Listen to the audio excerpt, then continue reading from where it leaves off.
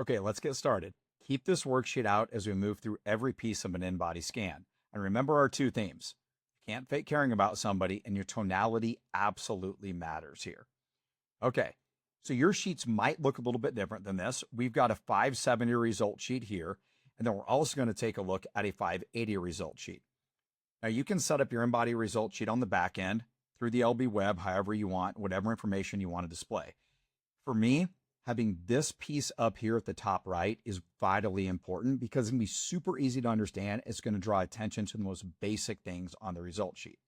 So this is where we start, and this is how that first question absolutely matters. So imagine that somebody's done an in-body scan. Get them on the in-body. That's the most important thing when it comes to selling any program is the actual scan itself.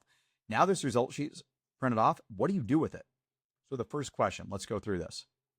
So I might say, so Jane, according to our result sheet here, we have about 18.3 pounds of fat to lose and about 9.3 pounds of lean body mass to gain. Now, my goals as your coach might be different, and your goals for yourself might be different. So when I ask you that, what are your goals when it comes to body composition, or you even thought about that before? And then just let them answer, right? The tonality matters. Being genuinely curious makes all the difference in the world, right? And notice what I did there. I did two things. Anytime that you're talking about something that could be potentially negative, and I would write this down, anytime something could be negative, like in this case, losing body fat or needing to gain muscle, for somebody coming to you that needs help with this, they might be embarrassed, right? It is kind of a negative thing because they're not where they need to be. Use the word we. Write that down. Notice what I did there. We have 18 pounds of body fat to lose. We have 9.3 pounds of the good stuff, lean body mass to gain. Now, your goals might be different. So anytime you're talking about something that could be perceived negative, use the word we. Now this is a partnership and you're in this together. Second thing I did there was I kind of hinted at the fact that I might be your coach. I said, hey, Jane, my goals for you as your coach might be different than this. And then your goals for yourself might be different, right? So now I've kind of layered in that thought process in the back of her head without being abrasive, without telling her that she has to work with me, that I could be her coach, right?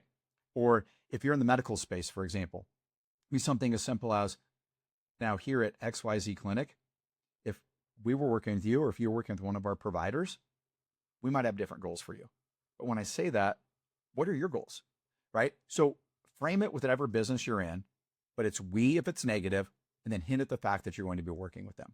Okay, that's why this is so important. And remember, be quiet and let them answer.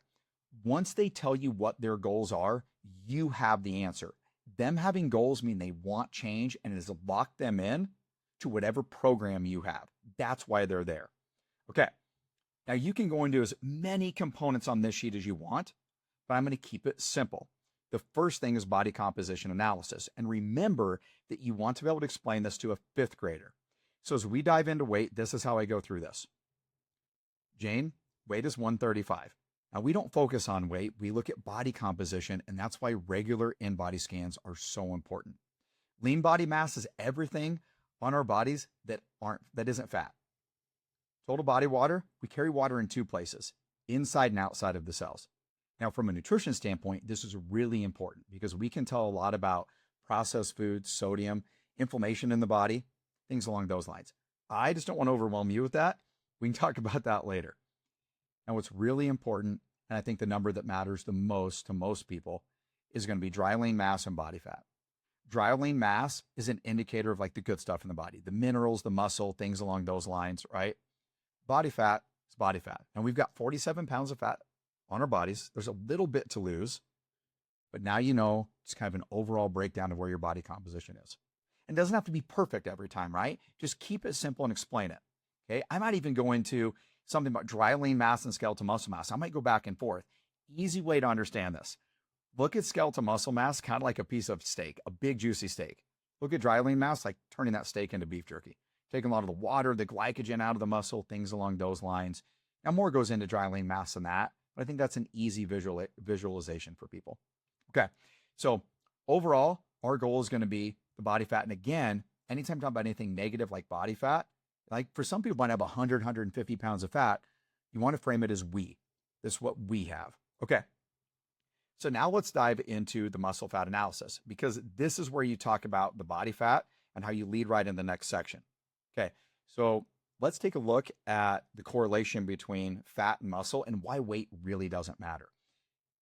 So here on the result sheet, the arrows here let you know if you're in a range that might be too little or too much.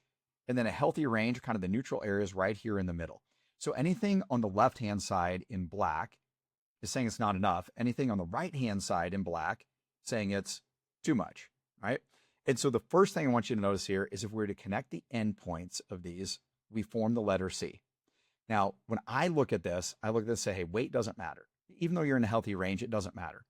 What I see is body fat can come down a little bit, but the biggest focus, if I was your coach, would be getting muscle up.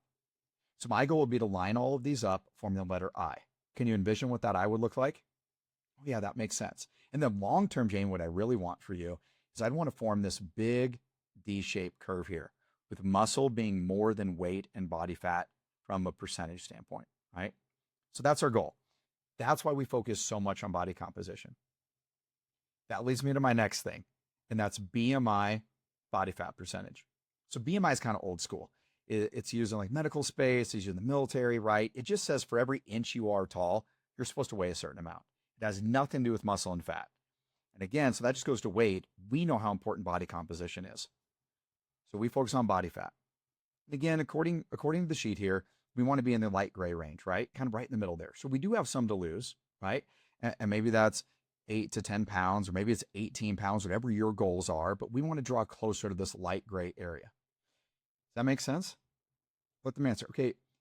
So Jane, then let me ask you, have you tried a diet in the past, or what have you tried? Is there a time in your life that you think back on? You're like, oh, I was at the pinnacle of health. I want to get back there. Let them open up to you. Well, tell me more about that. Oh, and it might be something like, oh yeah, I had kids and I went backwards. Relate to that client. Like I've got 3 kids at home. I get it. Life changes, right? And then the older the kids get, they've got sports at night. You want to dive deep into things. Every time they give you an answer, come back with another question, right? So for example, if I go back to that, Jane, can you tell me, was there a time in your life where you felt like, wow, I was in really good shape? Like that's when I felt the best. I performed the best. I was happiest in my body composition. Oh yeah, it was before kids. It was back in college. I played sports. Oh, cool. What sports did you play? Oh, awesome. My wife was an All-American basketball player. She's the athlete in the family. True story, by the way. Then dive into more of that, right? So after college, what happened? Oh, blah, blah, blah. Yeah, I get it, right? Do you have kids? Yeah. And that just compounds the problem, right? We love our kids, but they take up so much time. Oftentimes, we don't prioritize ourselves. So, oh, how old are your kids? Find ways, ask them question, relate. You've got a 10 to 15 minute time window to build a relationship with somebody, right? Remember, you want to genuinely care about people. And if they feel that care, if they feel that connection, they're probably going to do business with you. Okay, so then you can jump where you want. Now, I like coming over here to the segmental fat analysis and touching on visceral fat, right? And depending on what result sheet you have, it might look a little bit different. Like that result sheet might look more like this, and you can break this down however you want. So we're going to go through how visceral fat is on both of these sheets, right? I'm going to go back to that 570 sheet for a second here. So one of the stories I like to tell here is about my mom, 76, love her to death, but you'll probably appreciate this story. So Jane, this just breaks down where we carry fat. And everybody carries more fat in their trunk. That's natural, right? Fat from your waist to your shoulders. You're probably going to carry a little bit less fat in the arms and a little bit more in the legs, just from the standpoint of how big they are, right?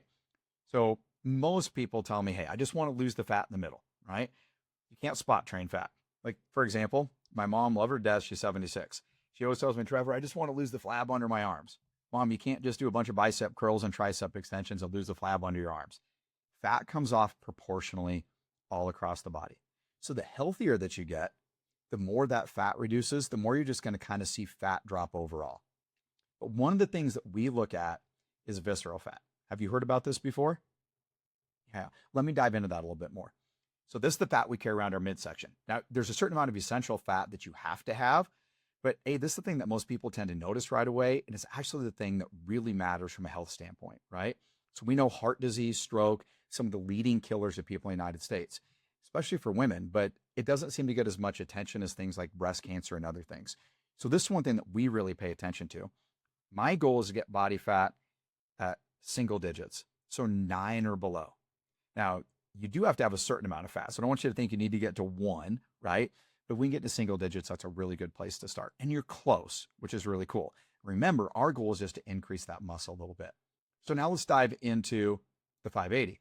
So different view, but the same thing here. So what I'm looking for here from a visceral standpoint is I want to get you in this light gray area, right? Like we do for all of our clients. And what this means is that as you age, visceral fat should go up a little bit. That's natural, kind of part of the aging process. We wouldn't expect somebody the age of 76, like my mom, to feel and look the same as she did when she was 20 years old, right?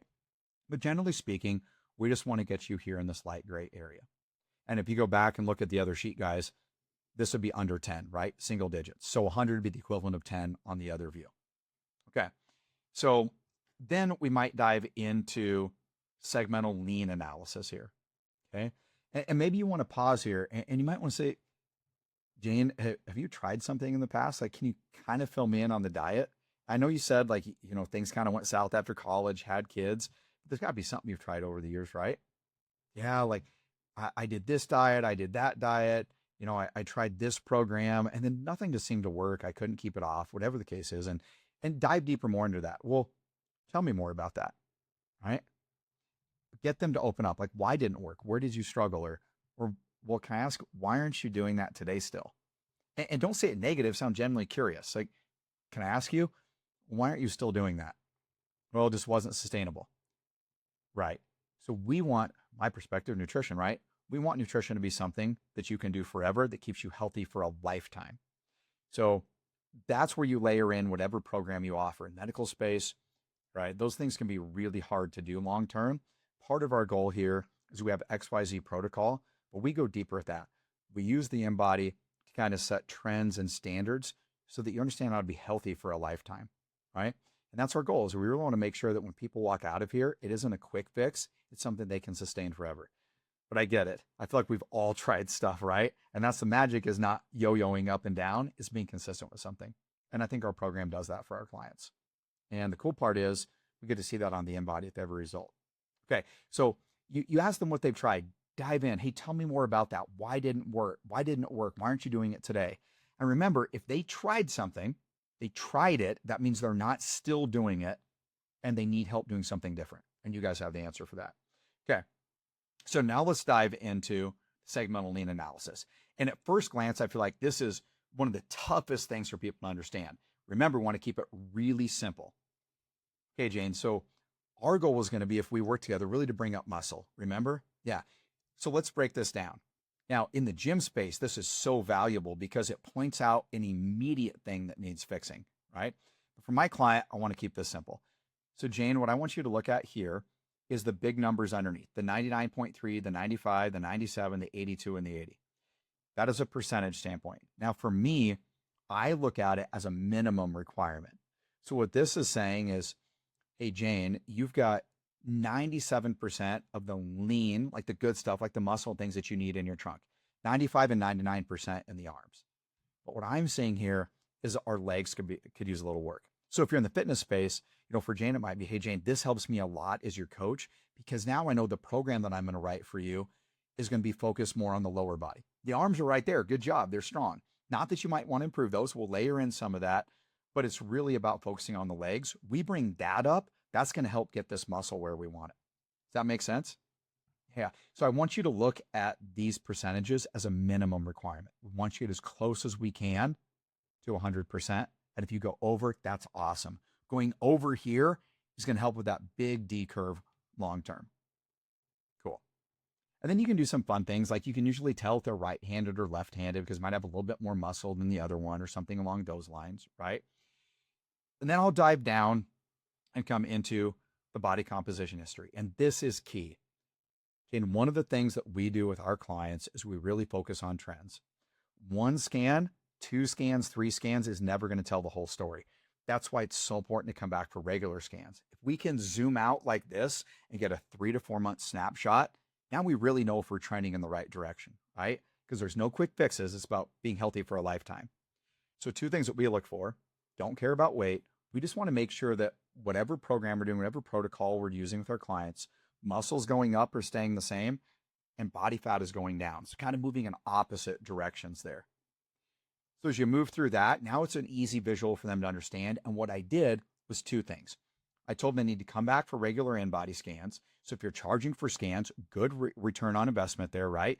Regular income coming in. And I also let them know that we're going to be working together for a long time right there. This is not a quick fix. It's about healthy habits and being able to zoom out and see trends over time. So I've got them locked in.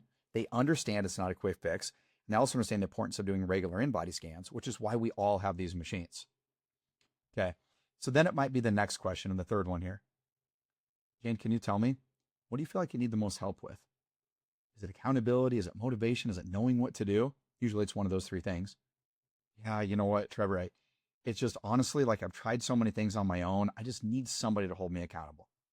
I get it. That's why you work with our team. This is why it's important to do regular in-body scans. Every time you come in, we're going to do that every couple of weeks with you. It's instant accountability and you get immediate feedback from our team. I get it. Everybody needs this. Again, if it was simple, 70% of Americans wouldn't be overweight or obese. So you go into that stuff, but ask them what they need the most help with, and you're the answer. Your team, your program, it's not the medication that's the answer. It's not some specific diet plan. You and your team are the answer. They need to feel like they're getting a real person to work with. And the accountability also comes from regular in-body scans, right? That's instant accountability. When people see this, they know what they need to change. They know if they're trending in the right direction. So that's bringing together all three of those questions. Remember, start up top, that very first question. Hey, look, according to our results sheet here, we've got 18 pounds of fat to lose and about 9 pounds of the good stuff like muscle to gain to kind of be in a healthy range. Now, our team might have different goals for you. If I was your coach, Jane, I might have different goals for you, and you might have different goals for yourself. So when I ask that, have you thought about that before? What are your goals? Just let her answer. That's the first question. This top piece right here, and then go into what are your goals and let them answer and sound genuinely curious. Tone matters. Throughout this, then, you're building a relationship. Every time they give you something, ask for more. Ask more questions than what you actually do explaining things, right? Keep your explanation short and simple so that a fifth grader could understand them. All right.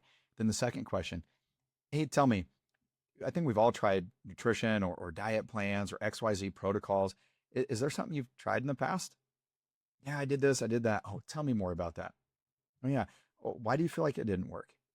So you're getting them to open up. That's the second question. What have you tried? Right. And then the final question, what do you think you need the most help with? And it's always, or 99% of the time, it's going to be accountability, motivation, and knowing what the right answer is. Okay. So those three questions make all the difference in the world. Get them to open up. Ask more questions than you actually do spend time explaining things. It'll make a huge difference. Okay, finally, let's look at one last thing. And because from a nutrition standpoint, we focus so heavily on the ECW to TBW number. So when I'm looking at this, I see here that there is a massive issue with cellular health in the lower body especially. And there's some things going on here. There's got to be trauma or something to the right arm because the phase angle's lower. So let me cover two things. Jane, one of the things that we really look at is this ECW to TBW, and then we'll dive into phase angle here in a second. So this is kind of next level complicated. So I don't want you to worry about this too much. It's more for me as your coach.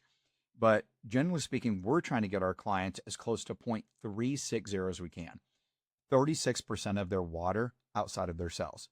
Now keep it really simple. There's a couple things that affect this number. And that's inflammation in the body and it's sodium. Sodium draws water outside of the cells, right? That's sodium potassium pump that we might have learned maybe in nutrition class early on in college or something like that, right? But that's a sodium potassium pump. Now there's an equilibrium there that must be maintained, but excess sodium draws water outside. That's when you get inflammation. You think like people on certain medications or maybe type 2 diabetics that wear those compression socks, things like that. Like they really have to watch sodium intake, right? So I always give visualization so they can understand that. So one of the things from a nutrition perspective that we look at is food quality. The less processed food you eat typically means the less sodium. You're going to see a massive improvement in this number, right? Now, inflammation, this can be any number of things. Tough workouts, sick, airline travel, things along those lines, right? Stress impacts the body, but it's inflammation in the body. The types of food that you eat, all of those things impact inflammation. So if we can really fix food quality and eating habits, we can exercise, we can get good sleep, reduce stress, you're going to see some really good improvements in this number here, right? And there is a big difference between 39.8% of your water being outside of the cells and 36%. But generally speaking, it's old school habits, right? Don't drink, don't smoke, exercise, get good sleep, and eat healthy. Like that stuff absolutely matters. So with phase angle, this is really cool. And I want to keep it really simple. Just the number I want you to focus on would be 7. The closer I can get you to a whole body phase angle being 7, the better. You go over that, that's awesome. So what does this mean? It's really an indicator of cellular health. It's building on what we just talked about here with the ECW to TBW number. So this measures 2 things, resistance and reactance within the cell. There's a current that goes through the machine. When that current passes through your cell, the more time that it takes, the better. That's the resistance. So imagine this, Jane. Imagine you're walking through the hallway. It's just air resistance, right? No real resistance there. But you get in a swimming pool and walk, there's a lot of resistance.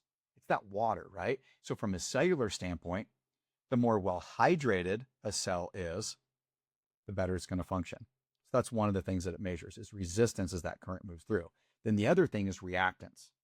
So what is reactance? It's when that current hits the cell wall, it's going to bounce or move in a certain direction, right? Think about it like this. Imagine you're looking down in a pond, right? You see fish swimming down in there. You can't just reach down and grab the fish. It's never where you think it's going to be, right? It's like, why isn't it there? It's because when that light hits the water, it refracts and it bends, right? So look at this the same way. As that current hits the cell wall, it's going to kind of bend and move, right? That's the reactance and how that reacts to the cell wall. So generally speaking, we want a strong cell wall, right? The stronger that cell wall, okay, the more that's going to affect that angle or how that current bends and moves when it hits it. So you put those 2 things together, and I didn't invent this. I don't know the math and why it is that way, but I just know that the more well hydrated the cell wall is, or that the more well hydrated the cell is, and the stronger the cell wall is, the greater that this number is going to be. And 7 is really where we go. So how do you improve this? It goes back to the same stuff. Proper nutrition, which is why you've got me as a coach, right? Make sure you're eating good quality foods. Don't smoke, don't drink. Exercise with purpose, right? Remove stress, get good quality sleep. It's all the basic things, right? You can't take a magic pill that's going to make your phase angle improve, but just as your health overall improves, this number is going to go up. Now, some of the things I look at would be, for example, like let's say that I'm a baseball coach, okay?